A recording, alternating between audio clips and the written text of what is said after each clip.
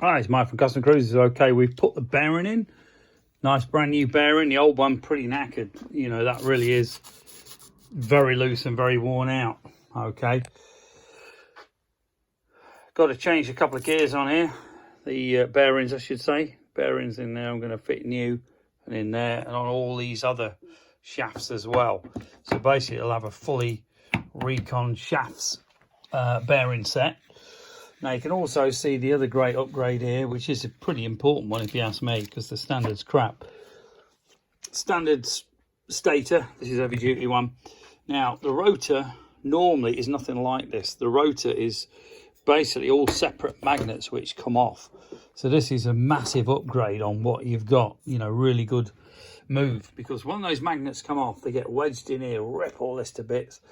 Then the powdered magnets, being magnetic, stick to the primary chain and everything inside your primary.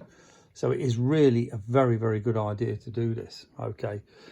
The other thing I'm going to do is I'm going to change the shifter pawl. This bit, got a good spring on it, but the top's pretty knackered. You know, the top spring's pretty loose. So I'm going to put a new shifter pawl in there. Okay, which involves taking this off, circlip off that. I'm also going to change this bearing here. You see this bearing? That one wants changing. Okay, seals obviously on this starter, coming around, all the belts new and everything. You know, pulley's good. That was changed last time. Swinging arms powder coated.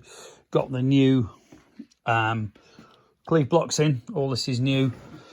We got a new bearing going in here. Okay, and basically the tranny should be brand new.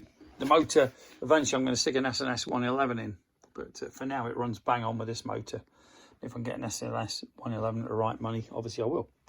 But at the moment, it's certainly usable. It's a good bike. Do love riding it. Very, very cool machine. Okay, got the conies going on. Got possibly some drag shocks, because these are a bit hard for me. You know, must be for a much heavier person, judging by the way these are jacked up. I might drop them off.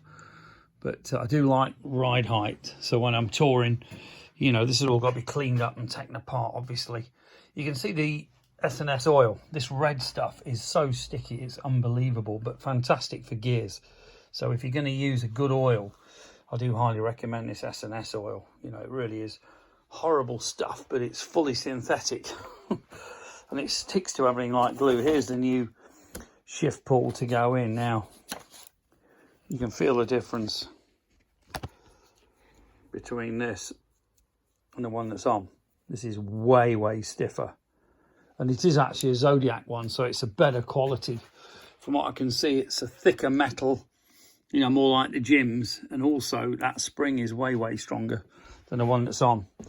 You know, sometimes you miss a neutral when you're riding your Harley. That's because this spring's very weak. You know, you can feel that's pretty wanky, if you excuse the phrase. Okay. Say bearings going in there, you know, got the tool to pull that out. But you do need to buy these tools if you're going to work on Harleys properly. Okay, this is an old keyed shaft, tapered shaft, not spline like this one, which is a lot better. Okay, if you're interested in any great bits, give us a call, 01773 835 666, customcruisers.com, or the new site customcruisers.eu. Thank you.